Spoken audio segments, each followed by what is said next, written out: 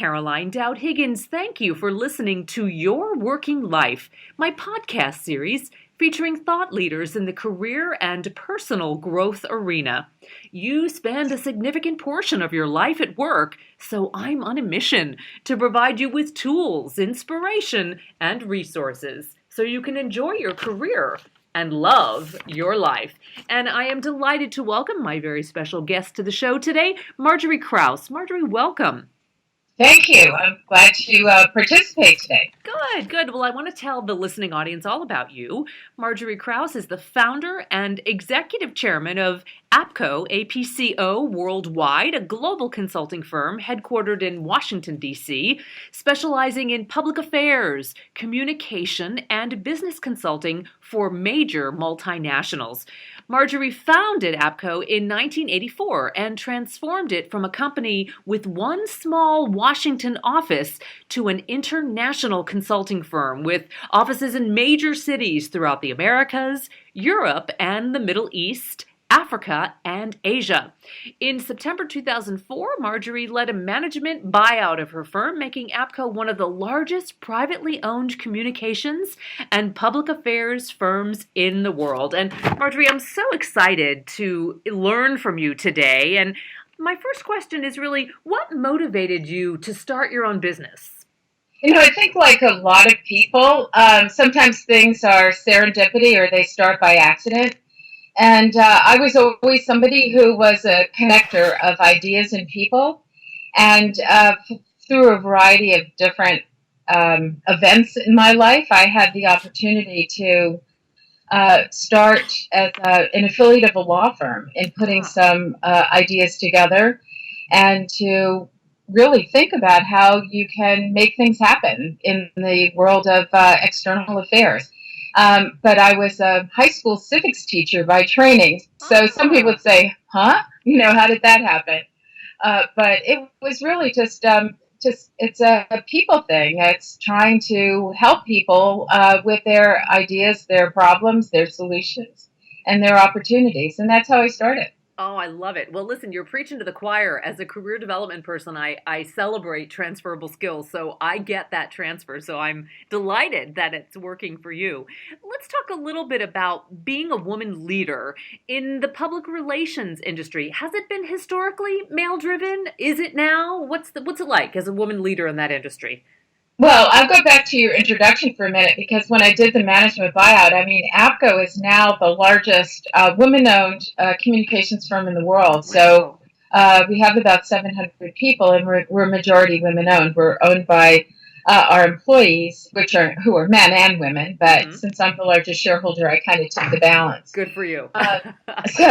I think in the industry, historically, there's been a lot of women in this industry, but there's been women who have not really been at the top levels. So we've had this kind of dichotomy of men running the industry and women kind of serving the industry, which is not unusual in a lot of service industries. But I think there's been a lot more focus in this industry and others on diversity and inclusion. And I think that's had an effect.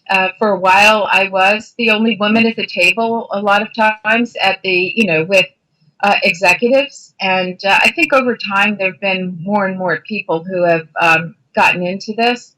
But usually what happens is women in our industry start by building their own firm. And they get to a certain size, and then they're capital constrained or something else, or somebody buys them. And so you haven't historically had that many women at the top. That's changing, don't you think? Slowly but surely the needle is moving. Definitely. And I think that society is demanding a lot more of that. It's not just our industry. You can see this across a lot of industries. And you can also see it across the world. Things are happening in surprising ways. And that I think that's there's a lot more respect being paid to the fact that women now, even as a matter of just doing good business, diversity shows improvement on the bottom line. Diversity shows a much more balanced workplace. Diversity is responsible for a lot of things that are important today. And I think, finally, I think we're getting to a tipping point. Agreed, agreed. And it's an exciting time. It's also an interesting time for women entrepreneurs, of which you are one. More and more women are jumping into that entrepreneurial pond than ever before in global history. So do you see patterns or special formulas that you think require success in the entrepreneurial realm? What have you learned that you can share? Well, I think that there are a few things that I would say have kind of from my own experience, but I can also give the listeners some other maybe places to look. So for me, I think part of this is, you can't do this if you're not fearless in some way, because there is rejection, and there's just times that everybody tells you that that can't be done. And, my mother taught me early in life that where there's a will, there's a way. And, I think figuring out how not to take no for an answer is an important part of being an entrepreneur. And that, I think part of that is also just believing in yourself. And that doesn't mean stubborn belief, because you do have to listen and you observe and you learn from the world around you. But I do think ultimately you've got that feeling in your gut, and you can't let people walk all over that. And sometimes it's hard because people that you respect and you think are experts try to give you advice that may not be the best advice. And so I think you have to rely on your own kind of spirit and know-how to push through. And so what I was going to tell the listeners also is that I'm the chair of a group called WPO, Women Presidents Organization, and it's 1,600 women-owned businesses, entrepreneurs who started their own businesses. And it's a group that through mentoring and self-help, they have chapters across the country and now across the world, which is also another good way for entrepreneurs to feel more comfortable in their own skin, because we all have doubts at times, and being part of these groups, the professionally facilitated groups, I think helps us with peer learning too, and you can share your deepest concerns or ideas, and you have support from other people who've been through it. And so I would recommend that. That's amazing, Margery. Thank you. Women Presidents Organization. Oh, good stuff. Yeah. Good stuff. So let's talk a little bit about the business builder, because I know so many of the listeners are entrepreneurs at different points scaling their businesses. And I know in the beginning, when you're able to bring on employees, how do you find the talent that truly cares about your organization in the way you do when it's not their baby? Well, I think that part of this is having a clear vision for what you want to do and being able to articulate that with passion. Yeah. And I found that when I started my business, it's now 31 years. So when I went to certain places like in Europe and tried to set up the office, my concept of the company was doing a very integrated service. So not just public relations, not just government relations, not just external relations, or, it was an integrated thing. What is your opportunity or problem? And then bringing together, kind of being agnostic about tactics, but, bringing solutions together. And I was told more than once that it'll never work here, there, anywhere. And so I had to go to a younger generation of people who had never really experienced the other way of doing things. And they were willing to take the risk and go after this idea in a way that mirrored what I thought could be successful.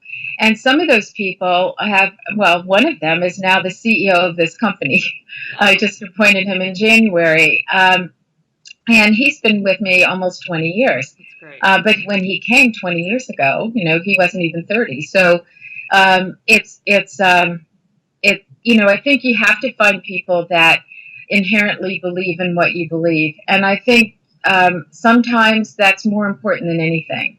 That, people are willing to listen and learn and not automatically default to something they've done before in a way that's kind of harmful to innovation and a new idea. Great advice. I loved earlier how you talked about being fearless, and cheers to your mom for teaching you not to take no for an answer, right? And to plow plow forward. Let's talk a little bit about what you call setbacks. Other people might call them failure. How do you overcome those setbacks, those failures, those challenges to really achieve that long-term success? Because that's part of life as an entrepreneur. I think, when you get over the sulking and feeling sorry for yourself, which you have to do quite privately as a woman, I'll tell you, because otherwise you get typecast very easily. At the end of the day, one of the greatest lessons I ever learned was when I first started this business and I was adjacent to a law firm where everybody had gone to the finest schools and were brilliant. I was already in a second career, so it wasn't like I hadn't worked before. I started to feel a little bit inferior, and it was a hindrance to some of the things that I knew how to do. And I was with helping my son with his homework at the time, and I came across a quote by Eleanor Roosevelt that said, "Nobody can make you feel inferior without your own consent." Yes. And I think that was been kind of in the back of my head as a kind of a guiding post. That when you have these setbacks, you have to think about, why it happened, and you have to get back on your feet and go forward. But if you start blaming everything on yourself, if it's all about what I didn't do, or, get over it. And, think about, don't make the same mistake twice, and Right. think about how you could do things differently. But don't be so down on yourself that you end up, failure becomes a self-fulfilling prophecy. So I think, it's this business about confidence, I think, and just keeping your head down and moving forward. Good stuff. Yeah, I subscribe to the concept of fail forward fast and often, right? Right, exactly. It's okay, just learn from it and move forward. But thank you for your candor about sulking, because the truth is you do have to mourn the loss, if you will. Do it quickly, do it efficiently, and do it privately, as you said. But it's okay to have that emotional moment, power through it, but recognize it can be emotionally tough, and that's okay. That's part of this process. I think if you don't do that, when I haven't done that, it's very debilitating. Yeah. It consumes you, and it takes not only your mental energy, it takes your physical energy. It's very draining. True. So you just have to realize that this too shall pass, and you need to move on. Well put. So, because you are such an influential leader, that entrepreneurs can use their positions as platforms for positive change. So, unpack that a little bit for me and help the listeners understand how they can move in that direction. Well, I think when you've built your own business, or when you're an entrepreneur, you know how to do a lot of things almost intuitively because you have to. And you'd be amazed at how many times you're part of something, and your skill set of being able to organize or see ahead or connect dots, is invaluable. So I'm often in a lot of situations where there is a need or an opportunity in society or with some other stakeholder groups. And you can offer suggestions, opportunities. And in my case, I'm lucky enough now to have this incredible network of 34 offices around the world, so that were set up from scratch. It's like 34 startups with great people. And so when there is kind of an opportunity or a place to team with people who have some kind of a big social cause, whether it's in, some kind of mental health, or whether it's, childhood immunizations or things of that sort, that where people need advice and counsel about how to take things to the next level. My own experience of doing some of this really can help the other organization kind of come up with ideas they might not have thought about themselves. And I think you can also, we do a lot of reputation research in our company. And one of the things we found over the years is the things that distinguish good companies from great companies, or great companies from good companies, is this idea, of purpose beyond profits. And so I think anybody who's an entrepreneur has a business or a platform that gives them a chance to look beyond the profits of their business and what they're contributing to society. And you can align that purpose with your own business purpose that's perfectly legitimate. but you can actually make a much bigger difference than you think. And that kind of reinforces both for your employees and yourself just a very positive outlook on the world, and it's very rewarding. Yeah, and it impacts morale and buy-in and company culture. So well done. Thank you for that. And Marjorie, oh, I please think, go ahead. no, I was going to say, particularly, when everybody's talking about millennials, Yeah. some of the millennials in our company, everybody complains or whatever, are the most fantastic, new energy, smart people in this whole company right now. And they're attracted here because of the work and the nature of the work, and also the kind of the fact that it's majority women owned, I think, is part of it. But I think that the idea of doing the right thing is the right thing to do is definitely something that is embedded in these young people. And if you can tap into that, it all helps you have the next generation of workforce that is dedicated to the things that you care about, and help you build your company for the future. I'm not surprised at all that you've got rock star millennials on your teams. And I think they're extraordinary and frankly, getting a bad rap. They bring tremendous insight and energy and innovation to the table. And I think it's important for us to think long term. They are the leaders of tomorrow. So thanks for sharing that. Glad to hear you're having a good experience. Millennials are fantastic. Of course, any individual can benefit from grooming and training and growth, and so can millennials. But I think they're misunderstood often in the workplace. I agree. So let's talk, Margery. You shared some already, but if you could distill it down to a couple, what are two or maybe three skills that you think are the most important to be successful as an entrepreneur today? Well, I go back to this idea of being able to communicate. I think, entrepreneurs have to go out, you have to raise capital, you have to build capital for your ideas, not just financial capital. Right. You have to build all kinds of other capital and interest. And so if you can't communicate crisply and get people to understand your vision, that is a real detriment. So I think that's one place that entrepreneurs have to work. I think another one is about looking at something and being able to see the connections. How can you leverage one thing for another thing for another thing? How do you create those moonshots that advance the business without being irresponsible? How do you place your bets in a way that allows your business to grow and be innovative, but also not so far out that you don't have a business? So I think those two, and then, I think the third one is related, and it's not really a skill set, but access to capital is really important, and especially for women, that's a very hard thing because the world is kind of stacked against you. And so I think you have to be very creative about how you gain access to capital and building a network to support your ability to do that. Good stuff. So, Margery, you've done so much. You have accomplished so much. You're an extraordinary leader. What's next? What do you see yourself doing in the next 5 years, or do you map it out that far in advance?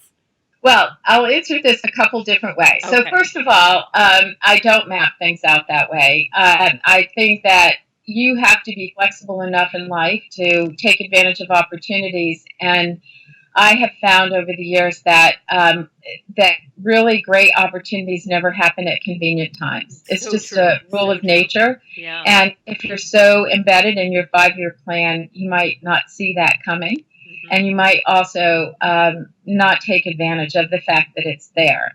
As a general rule, I would say that. Now, I am next year, and I probably shouldn't say this out loud, but I'm approaching my 70th birthday. Congratulations. So when I think about the next 5 years, I might think about that a little differently than most people in my situation right now. Yeah. But I have 10 grandchildren, and, I'm hoping that I'll have a little more time. I try to balance things as it is, which is very difficult since I'm always flying around the world somewhere. Yeah. But, I think that having a little more balance in my life would be good. But right now, I'm very focused on and creating the next generation of people who will run this business. And I've done some succession planning. We have a whole new global leadership team that is, between 40 and 50 years old, and um, they're spending more time. And I'm hoping to be more of a mentor, trainer, protector, Yeah, and yeah. and to stabilize this so that this business survives over time. That's exciting. Well, Margery, what a joy to have you on. You are an inspiration, and I'm so grateful that you were willing to share your time and expertise. I know you're active on Twitter and LinkedIn, but would you consider sharing the APCO website? Sure, I encourage everybody to go there. We're very proud of it. It's one of the things we do, so we did it Right. ourselves. It's www.apco, A-P, P as in Paul, C-O, worldwide.com. Excellent. Margery, thank you so much. I hope our paths cross in person someday soon. And until then, I wish you continued success and thank you again for sharing your wisdom and expertise. Well, thank you for having me on. Really appreciate it. Great. And I want to thank all of you for tuning in to Your Working Life, where my goal is to help you design your career destiny so it doesn't happen by default. True career and life satisfaction is possible, and it's time to embrace what you love doing so you can do more of it. And Your Working Life is now available on iTunes, YouTube, Podbean, and Stitcher. And as always, I welcome your input, so leave me a comment. I'm Caroline Dowd-Higgins. Take good care.